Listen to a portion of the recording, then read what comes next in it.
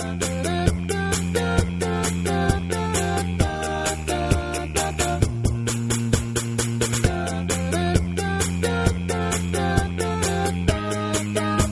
to Jablam Hockey, folks. I'm your host, Peter Bojarnov, and you can find me on Twitter at Russian98. And you can also find our team on our website and on Twitter at Jablam Hockey on the website, jablamhockey.com. That's JABLAM hockey. Please go on our website, check out all our blogs.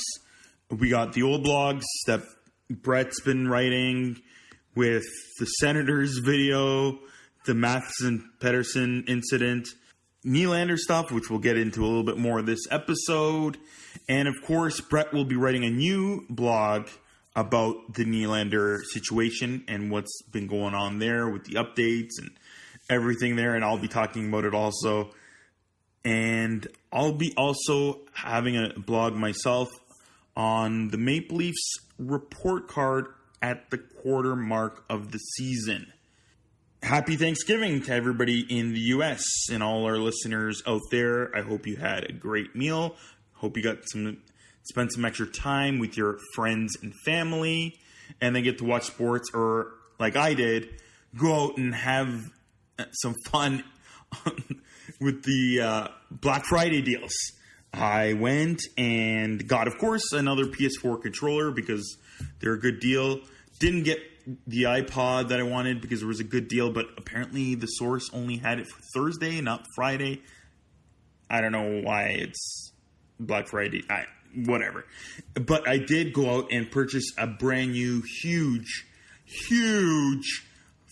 75-inch Samsung TV, 4K. It's my first 4K, so we'll see how that goes. I'm going to have to maybe call Rogers and upgrade. And apparently it's only like $10 more a month. I hope that's also including the receiver and all the specialty 4K channels, I guess.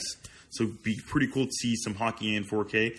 I don't think it's that much better, but I'm glad I'm getting 20 more inches for my TV display now. So I can't wait to game, do some chillin' on there, and watch some hockey as well on a new Samsung 75-inch TV. Wow, it's going to be exciting when I pick that up on Monday. Yeah, couldn't pick it up at work today downtown, and then I don't know how I would fit it into my car. I don't think that's possible.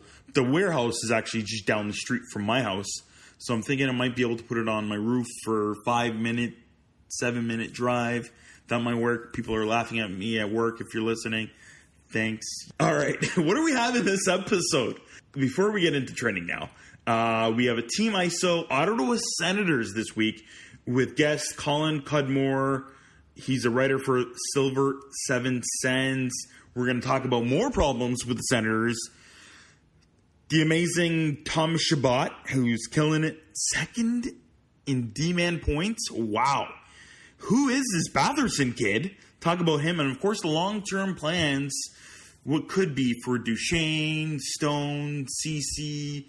Yeah, so we talked a lot about there. I'm going to also give a little bit of my team report card of the Maple Leafs at the quarter mark later on in this episode, and we'll end up with the mailbag. So it's not going to be such a big episode.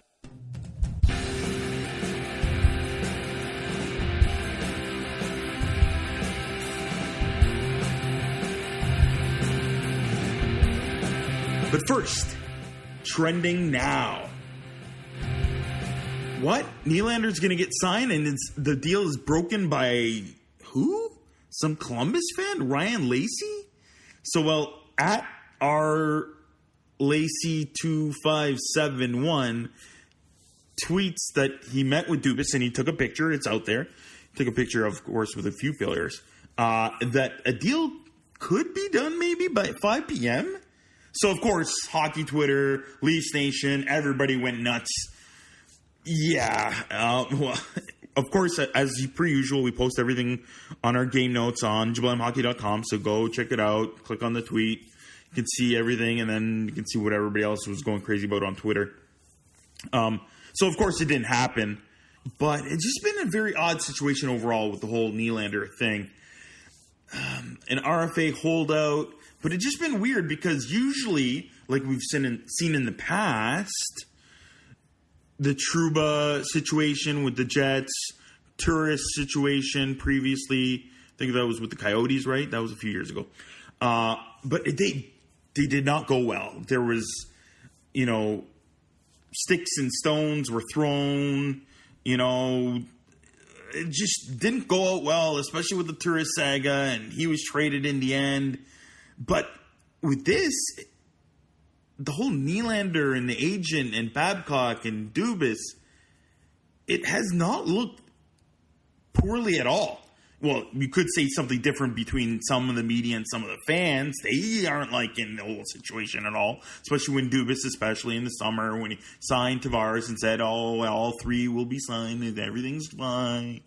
Well, not everything's fine yet. Maybe in a week. Bob McKenzie was tweeting about the rumors and saying, we don't know the situation. Could be all different. But again, rumors are maybe things are getting closer. 6.9, 6 years maybe, or everybody's thinking now more of a bridge deal. But the thing that to me is everybody's been really calm and confident between Nylander's camp and the Leafs camp. Babcock coming out and saying how he likes Nylander, he likes playing hockey, he likes being with the team, and he mentions about, like, with Thanksgiving, he goes, pieces are coming back, so Matthews could be coming back, and Nylander, I guess, could be coming back. It just seems like everything's pointing to a very good resolution between both sides. So I've still had faith, and for Dubas and everything working out in the end. For some reason, I still do. So I don't know. Maybe I'm delusional, but I feel that everything's going to be fine in the end, and he's going to get maybe a bridge deal or maybe a long-term contract. I think maybe a bridge deal, but it's all good. So, all right. Now Thanksgiving, of course, has passed, and they say roughly about 78% of teams at the Thanksgiving mark make the playoffs. I think I saw a couple of tweets. I can't recall who, but they were saying that roughly, 13 of the 16 teams usually make the playoffs. Last year was an odd one. I think only 11 teams. So about 25% of the season over, of course, and it's done. Apparently the season is done for some teams. So they should just bunker down and, not even play anymore. But let's look at the standings and see which teams could drop out and which teams could jump in out of those few remaining, percentages, of course, because only 78% of the teams that are currently in make the playoffs, right? I was looking at it, and I think the Pens are just too damn good. They have way too many skill players and experience not to miss the playoffs. Yes, they've been struggling, but, they've had a few injuries. But I think with Crosby, a few games off, now he's back, they're going to make it. I would put money on it. If anybody wants to tweet me at Russia98 and put money against me, I'm fine with it. I'd go down with $20 or some weird bet. But the only thing is the Murray issue. And it's weird because I've checked out, like, Penguins Nation, and a lot of them are, like, tweeting out, like, Murray's done. He's another DiPietro, so on and so forth. He helped win 2 Stanley Cups for you already. Like, I was jokingly saying, and that was before when they just won the first one and then the second one as well. Yeah, he should just retire because he's done it all. He's done it all. He doesn't need to keep playing. He's done it all. But of course, you do want to keep playing a sport that you love and make money at the same time. So he did at least sign the nice contract. So he does have some steadiness there. Is he done? I doubt that he's done, but maybe he's not the goalie we thought he was for those first 2 seasons. I don't know. We'll see. But again, I think the Pens are going to come back. They'll make the playoffs no matter who's in it. If it's Murray or DeSmith Jari. I feel whoever's in between the pipes, I think the Penguins will make playoffs. Team right on the edge out, I think it's the Ducks. They, I think, are near the top of man games lost in the league. So with a few of them already coming back, like Kasha and the rest, and a few maybe still coming back, they're not totally in game shape as well. So once they get in game shape and their confidence comes back, they're going to start rolling, and they'll make the playoffs. Gibson's such a great goalie. And the team has a lot of depth, actually. And you've seen that they can still win while having so many players out. Like, obviously, they weren't playing exceptional, but they were still competing. Maybe lack of a little bit of offense, but they were in most nights, thanks to Gibson and the defense. All right, teams that I think could drop out. At first, I thought maybe Buffalo. But wow, are they playing way too consistent. Overall, the whole team looks much better. Better goaltending, better defense, better offense. Skinner is surprisingly amazing so far this year. He's working really well with Eichel, and whoever's playing with Eichel as well works well. So I don't think they'll drop out. They might drop, and they might struggle a bit here and there. But they've got a lot of weapons now. They've got a lot more depth, so they do look a lot better. I do think they might not stay near the top, but they'll be fine. Rangers are a team that are just really, really streaky right now. So I'm going to expect them to falter and maybe just miss the playoffs. I'm surprised how well they're playing. They're blowing my mind in terms of how they're winning games, and they're doing very well at this point. I just don't see, like, on paper that they are this good.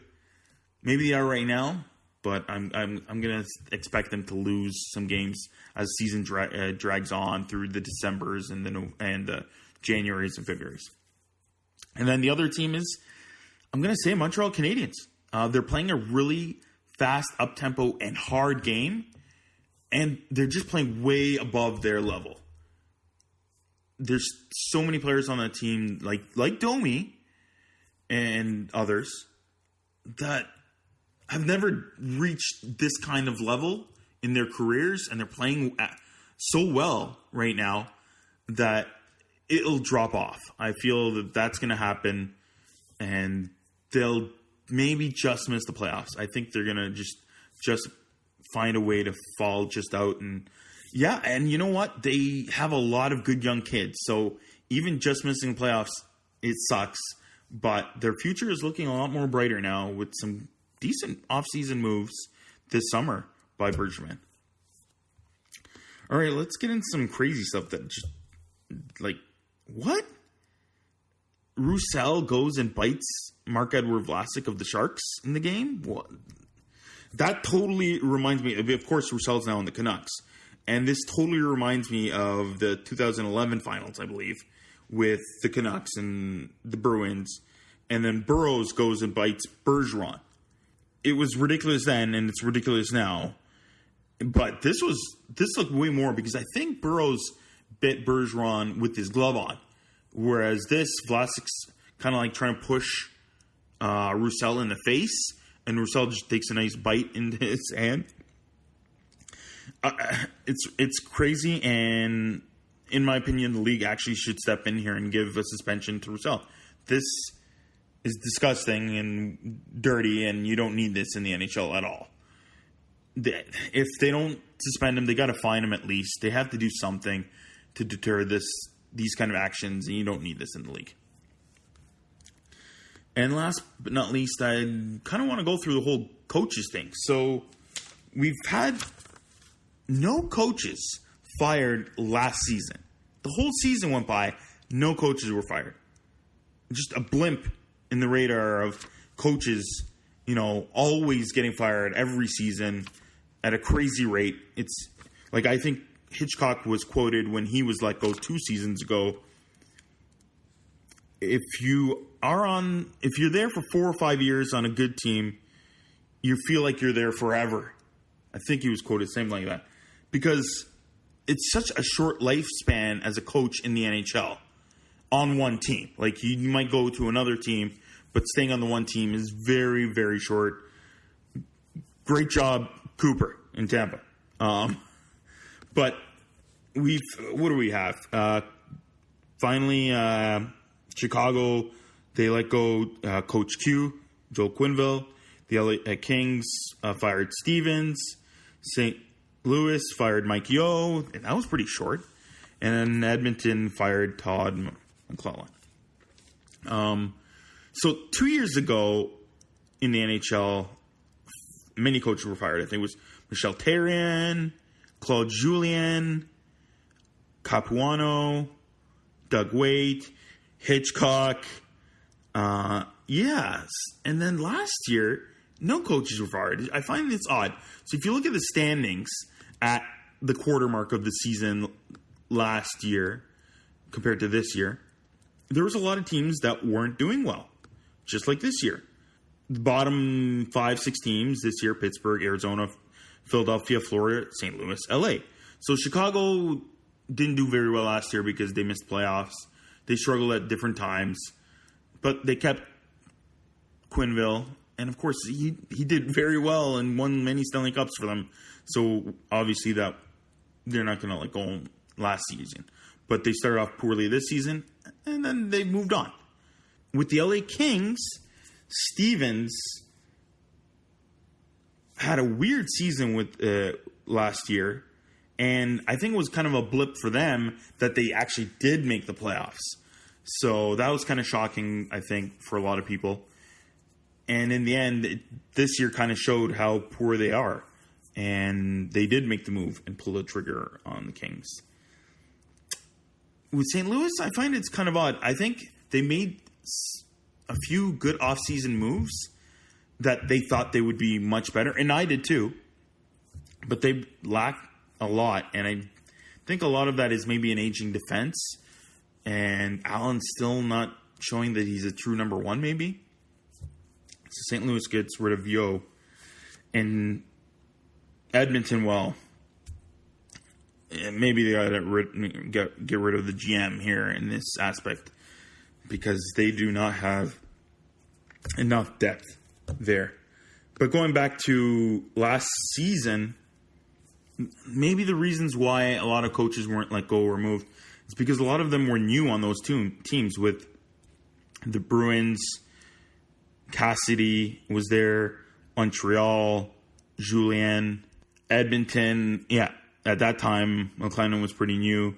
And new coaches, of course, with Florida and Buffalo, Arizona. So, yeah, it was kind of maybe a lot of those lower teams had a lot of new coaches. So it's hard to fire them when they're just picking up on a new team. But, yeah, wow, is Buffalo playing well this year? I didn't think Housley had it in him, but the GM's done well in picking up a lot of good depth for their team. The coaches that I think that still could be let go, number one is the question mark in Philadelphia, Hackstall. I don't know how long his leash is, but it's got to be pretty short. And if they have, I think they might even have a road trip coming soon. And if they go on a long road trip and lose, quite a few games, it could be the end of Hackstall. I don't think there might be too many other moves or firings, at least this early in the season, until maybe later on when we get closer to playoffs and teams don't make it. But I think Philadelphia is the only real one. I do think Pittsburgh's going to turn it around. And I think New Jersey is still a much better team than they're showing so far.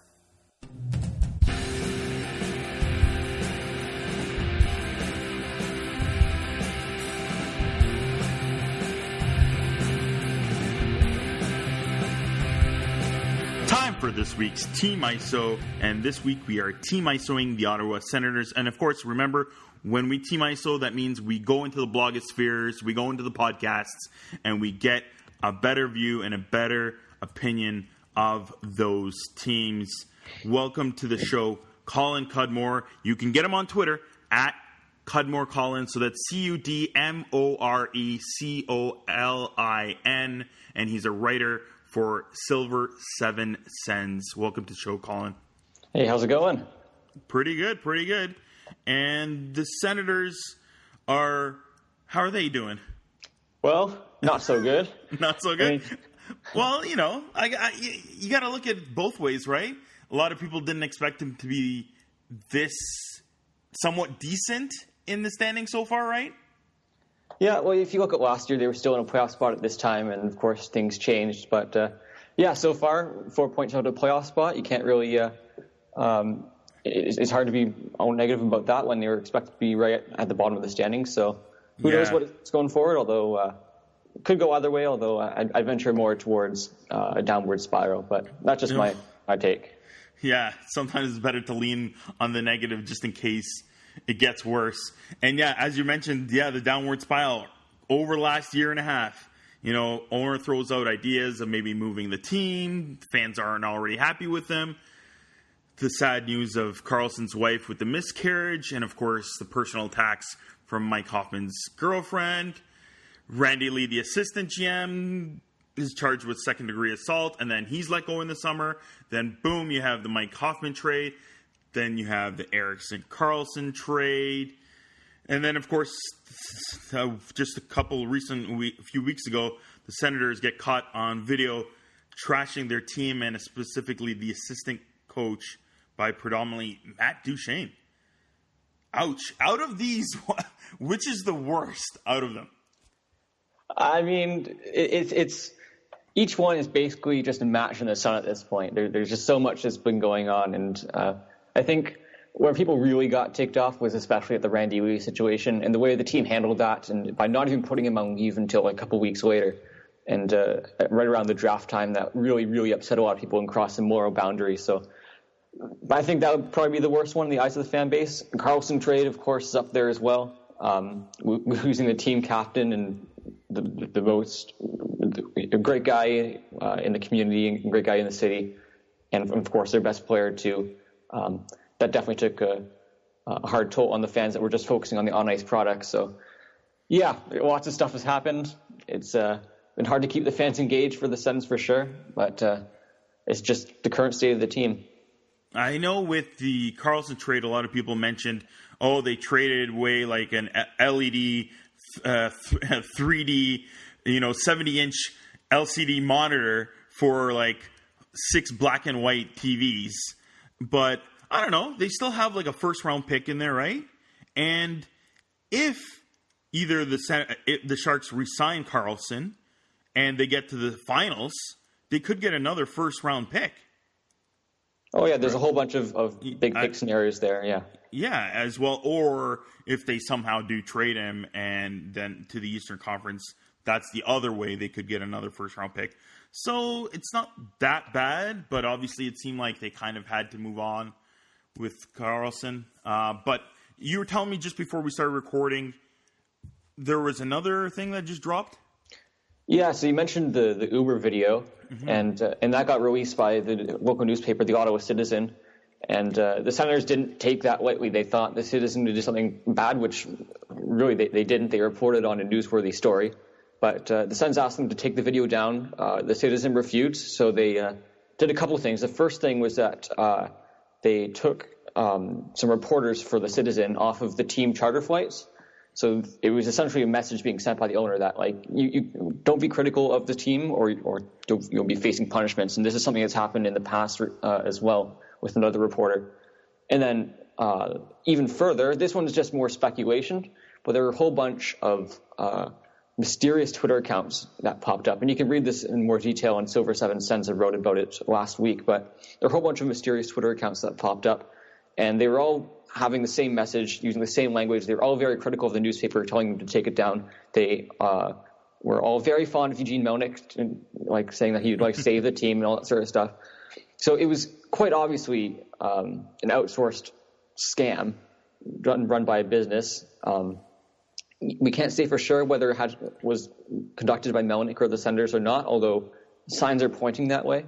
So it's just another really, really shady practice that is coming out of Sens. And looking at Melnyk's shady history with his previous companies, it wouldn't surprise me as well. But it's just something else that the team is doing. It's bad PR for them. They're keeping a story going that could have just been a week. and it's back in the news again. It's something that could be potentially way bigger. Yeah, I think I noticed it when it was the same attractive female in the image for all of the different personalities, right? Oh, yeah. Yeah. and you can all trace them back to other places on the internet. They were all taken from other places. So it's obviously Twitter bots. Yeah. All right. Well, the Sens are 9-3, 21 points, 21 games. And as you said, just 4 points out of the wild card spot. Duchesne, if people haven't noticed, is top 5 in the league in points. How's he doing it? Has he turned around? Has it been since the video thing? I think if you look back, it goes way further than that. Since about January of last year, he really picked up his pace and been 1 point per game for the rest of the season, and it looks like it's just carrying over to the rest of the season. No one ever really thought that Duchesne was like this mediocre player, so he's really kept up his pace for what's verging on a year now, and he's just a really skilled player, doing what a skilled player does, and a little bit of shooting luck helps with that. But he's definitely solidified himself as Ottawa's number one star. Not that there was ever any question to begin with, but it's just great to see him performing. Then you have on the back end, there's Hudson Bacho, of course, Thomas Chabot, 24 points in 21 games, second in the league in D-men behind the amazing Morgan Riley. He's playing amazing. Oh yeah, he's completely progressed way faster than anyone anticipated he would. Going drafted from mid to late first rounder to top performer of the World Juniors to now number one defenseman. Of course, his scoring numbers are definitely inflated. If you look at his numbers, he's definitely getting a lot of secondary assists, which can be easily attributed to luck. So whether he continues to scoring pace the rest of the season is very unlikely. But he's playing like a number one defenseman, and it's way more than Ottawa could have hoped for at this point. Yeah, I think I was even recalling our first season on Jablam Hockey, that's like 3 or 4 seasons ago. We said, watch out for Thomas Chabot, but I did think we said he'd be a third, fourth number defenseman, and so far he's blasting right through that. Oh yeah, for sure. And he took a step forward last year and just gone even further this year. So you're telling me right before Brady Tkachuk is back, how is he playing? Oh, he's Brady Tkachuk. He's doing amazing. He's still point per game. He has 10 points in 10 games, 6 goals. Just absolutely incredible. Of course, again, like lots of the team this year, some of it has to do with shooting luck. He's shooting nearly 20% this year, but he's just incredible. Like you watch his play, and you see Brady Tkachuk, and he's always like within 3 feet of the net and like nowhere else, and he just wreaks havoc there. He got his first NHL fight in the past week. Everyone hates playing against him. It's great to see a 19-year-old just having so much confidence, and it's really translating on the score sheet. And who in the blue is Batherson? He's come on and he's blowing away everything right now so far. Yeah, he's been.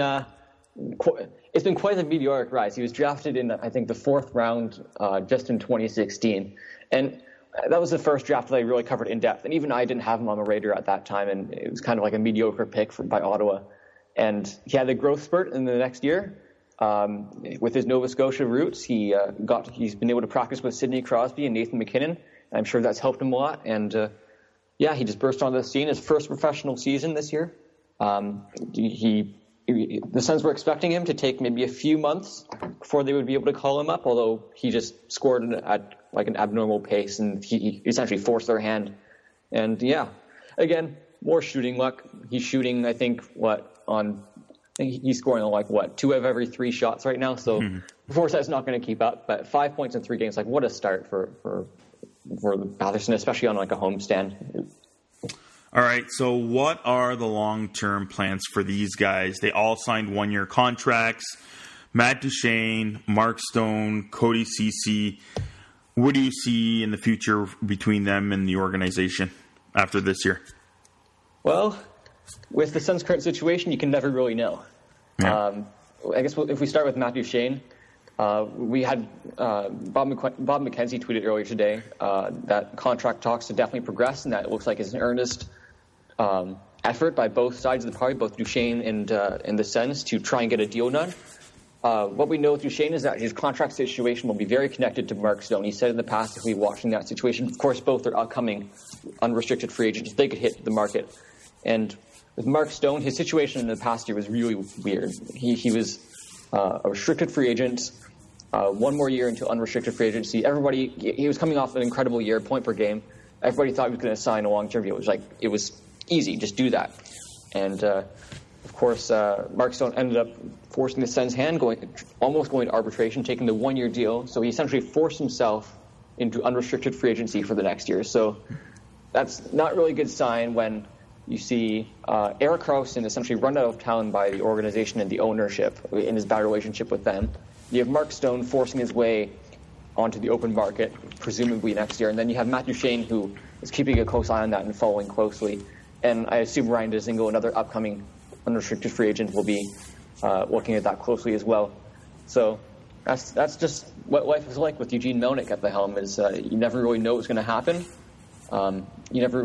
Players with the whole state of the team, if the losses start to really come down in the next 3 quarters of the season, it's hard to see how a player will want to stay with this team. Again, if you look at Matt Duchesne, he wanted out of Colorado because they couldn't win. And now, if the same situation starts happening with Ottawa, yeah, it's going to be we haven't hit rock bottom yet, if that's the case. Well, you never know in the NHL, and 1 or 2 moves, even in management, could really turn around things too. Look at, say, the Islanders or something. You never know. Even if it looks grim and it looks like it could get worse, it could get better just overnight. But if you're looking at just this season, I know there's a lot of question marks, but where do you think you could see the Senators ending up by the end of the year? I think there's definitely been a few luck factors that have played into their success so far. Shooting percentage being the biggest one. You just see how many shots they're giving up, and their defense has just been extremely filled with holes. I think it probably goes down from here. Unfortunately, it hurts to say that. I'm just as big a fan of the team as all the other Sens fans out there, but realistically, I think a bottom 5 finish is still definitely in the cards for this team, unfortunately.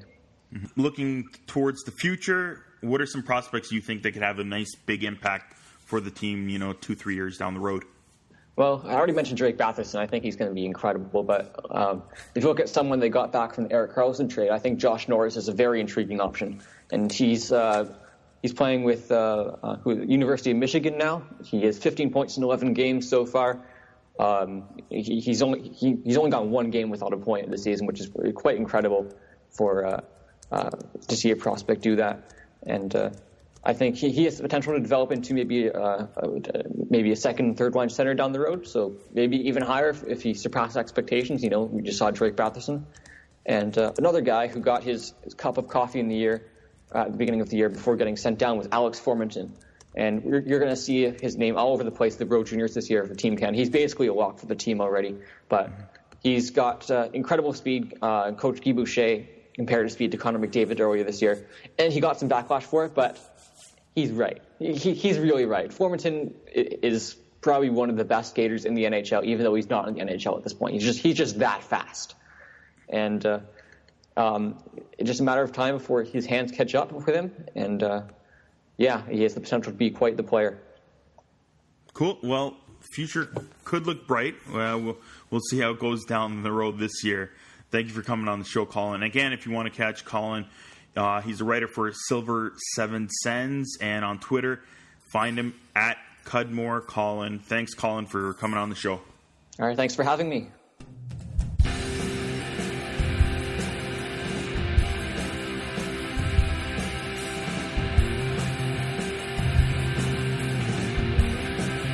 We're at the quarter mark of the season, and sometimes I like to make a report card for my favorite team, which are the Toronto Maple Leafs. And let's do this. So I've written a blog. It's going to be on the website soon enough on JapanHockey.com. So go check out the blog. I'm going to have a little blurb for each player and my report card, letter for them. So check that out. That's for every player that's played at least 18 games, I guess. So there's nothing for Matthews. I'm sorry. All right. So the Leafs are currently in third in the league in points. So they started the season even better than last year. Their offense has found a lot more depth with the addition of Tavares, growth from within, especially playing without Matthews and Nylander. The team is still finding success. Anderson has looked stellar, and the defense isn't as bad as people first presumed. First off, Mitch Marner is a stud. He is looking like one of the best passers in the NHL today. The intriguing Mitch Marner is exciting to watch. Keep it up, Mitzi. 28 points. He's playing amazing. I'm giving him an A. John Tavares. He needs to produce with that contract of his. And he has. Marner and Johnny T could be the great tandem in the blue and white for years. Tavares already has 14 goals, 26 points. He's got an A-. Kasperi Kapanen, playing on the depth line to start the season, he was fine. But since he's taken over that top role which Nylander should be in, he's blown everything out of the water. He's especially blowing by defense with that speed. He seems like he's one of the fastest guys in the league. So he's getting a lot of chances just by doing that, and he's got already 10 goals, giving him an A-. Patrick Marleau, he's getting up there in age, and while playing with Matthews when Matthews was in the lineup, and still getting top 6 minutes since he's left, he's getting a lot of chances, and he just can't convert on a lot of them. He's slowing down, and you know what? If we get some of these guys back, in my opinion, I think maybe we put Marleau on the third line. We'll see. I'm giving him an C-.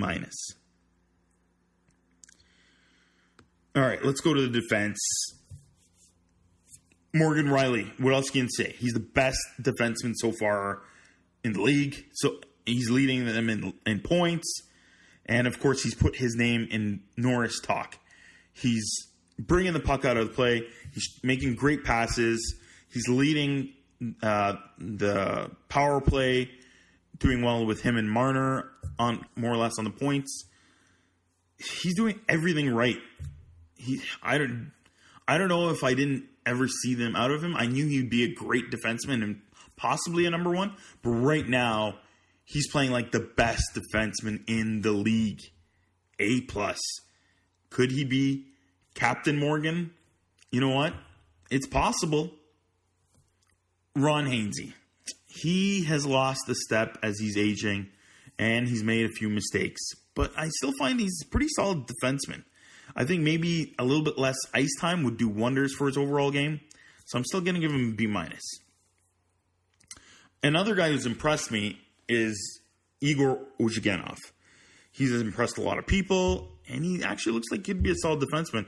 And he makes a lot of good decision-making, which I like out of his game. So I'm giving him a B. And then between the pipes, there's Freddie Anderson. One of the best goaltenders in the league so far this season. He's leading the league in wins, and he's making the Leafs defense look better than what's on paper so far. He's got an A from me, for sure. That's my Leafs report card. If you want to see the rest of all the team, go on jablamhockey.com and check that out. All right, before we leave, mailbag. Let's check the mailbag. All right, somebody has emailed the show and he's asking, is there an avenue for teams to put in contracts that players won't be allowed to talk about team issues in public? That I don't know. I feel that it's not something that's really generally put in contracts from what I believe, but it's just common sense is what I would say. Have common sense. I know if you have day-to-day jobs just like all us normal folk, yeah, you might trash, a superior. But you know who you should be trashing a superior in front of. And you're going to be saying it not to John, who's always by the water cooler and talks to everybody. You're not going to be telling him. No, you're going to be telling your good pal, Steve. Because Steve is with you every day and you guys talk about, how your poop poo looks in the toilet, and how how's your dog at home and everything. So you trust Steve. Don't go and tell John. Just like when you're going on an Uber, and you got to know that it's very possible that word of mouth can happen, and you're being recorded. Most Ubers and taxi drivers have cameras now. A lot of people actually have cameras now. I did not know this. But especially Ubers and taxi drivers, they have them. You can't go out and just start ripping on whoever you want. Got to have some common sense.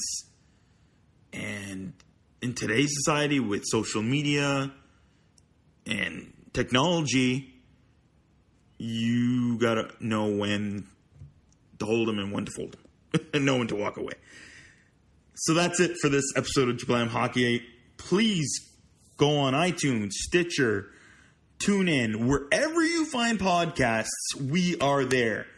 Go on there, subscribe to us, and then also rate and review us if you can. Tweet us at Jablam Hockey or at Russian98. If you have any questions, I will answer most of them on the show. So do that. Please go on our website, jablamhockey.com, of course, and check out our new blogs. Until next week, goodbye.